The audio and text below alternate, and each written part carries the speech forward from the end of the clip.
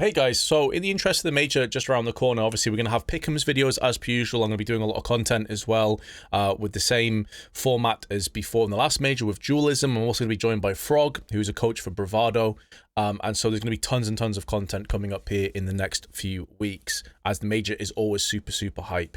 I also wanted to add some extra content into the mix. I'm going to do my fantasy league team on HLTV. I've made my own league. If you want to join, I'll pop that in the description box below. And I'm going to go through my team, why I'm picking them, just generally how I'm feeling coming into this one. We also do have the opening matchups here, which is going to make a bit of a difference as well. So I will base some of that off the first games. And obviously, if you don't know about HLTV and the way this fantasy league works, I've put the one in where you get $1 million budget and each player obviously costs money. And you need to make sure that you are capable of getting 5 players together and scraping as many dollars in as possible. So you look at Nico and Munacy, I think they're the most expensive players in 231k. I'd be surprised if anyone was beating them. Frozen's not far behind. There's going to be some players that are definitely 200 plus, but I think Nico and Munacy are going to be the most expensive by quite a long distance. And understandably so, when you look at their ratings, for example, 1.2 on both of them. I think G2 are very likely to make it through, and I can't really see them getting knocked out here, to be honest. It would be an unbelievable collapse if they did that. I think there's even more pressure with this being technically the last CSGO major. So I think Nico is going to be hungry to get that major win.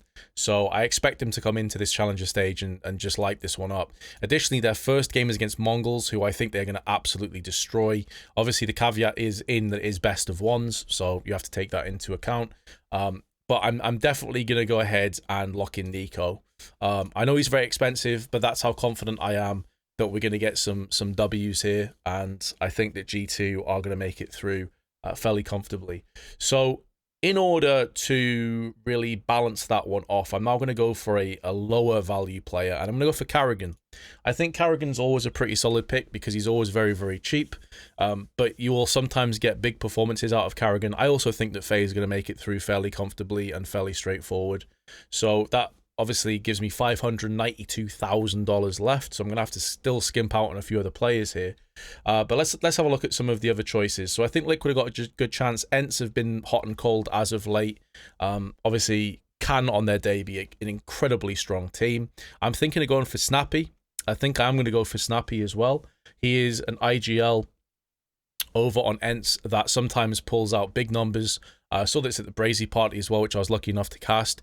He's a guy that can really show up and do well, and I think Ents have a chance to make it through these challenges. I'm very much on the fence of like whether they'll go through comfortably or not. They may even be my gamble 3-0 pick in the Pickems as a slight spoiler, but we'll see what happens with that one. I think he's really good value as well for 184. He's going to post up some big numbers, and obviously the two IGLs from FaZe and Ents, a chance to go through, a chance to get a bunch of wins, but also more importantly, they allow me to have 408k for my last 2 players, so I can splash out a little bit more. Let's have a look down the list, shall we? Anyone that's sticking out is really good value to me. There's some decent value on Mouse, some decent value on OG as well, but the first game that OG are playing is against Ents, so I'm a little bit less inclined to go for OG here. I know it's only one game. There's going to be tons of games to be played, but if there's an alley-oop like slam dunk like FaZe or G2 have, in my opinion, then I'm going to be more likely to edge towards those guys as opposed to others. There's going to be tons and tons of surprises and shocks in this tournament, of course. So I'm looking at those games and I'm thinking Pain. Pain might be a very interesting choice here. They were a little bit strange at Brazy. There could be multiple reasons for that, but I'm a little bit concerned about Pain at the same time, though. I think they could do some solid work in this tournament.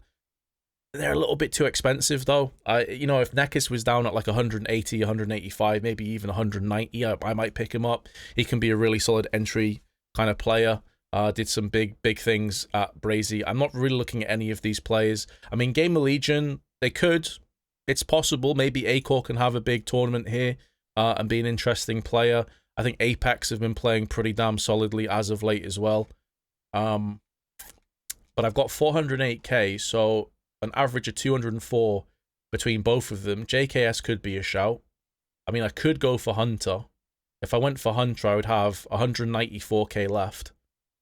And then we could go for like Let's have a look. Who would we be going for? I do feel pretty good about stacking 2 players from G2, to be honest with you. I feel pretty good about that because I'm fairly confident they're going to breeze through this. And Hunter and Nico as a duo from those is pretty damn strong. You could go for Nip. You could go for Brolan. That could be a shout.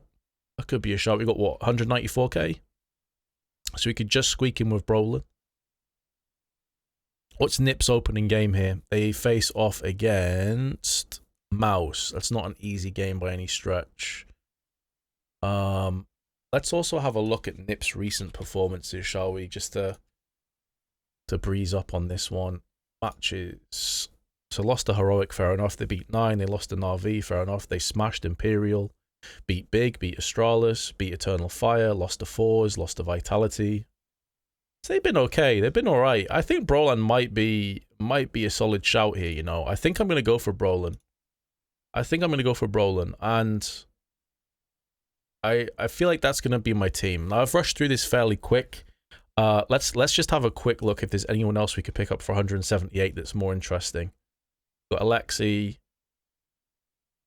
Go for Sicko. Nah, we'll stick with Karrigan. I think Karrigan's good value for money, really. So that's going to be my team. We're going to go for Nico and Hunter, both from G2, because I think they're going to breeze this. Snappy from Ents, who can frag, and obviously IGL. We're going to have Brolan as well in the mix from NIP. Can be a very, very solid player on his day. And then finally, we're going to go for Karrigan. So it is a bit top-heavy in G2. It's very possible this backfires, of course, but that is the nature of playing Fantasy League. Now we assign the roles as well. We obviously want to get our stats up a little bit here. So I think for Nico, let's have a look here. I think we're going to go for Headshot for Nico, to be fair. I think Headshot's probably a solid choice, as he obviously has that crazy aim.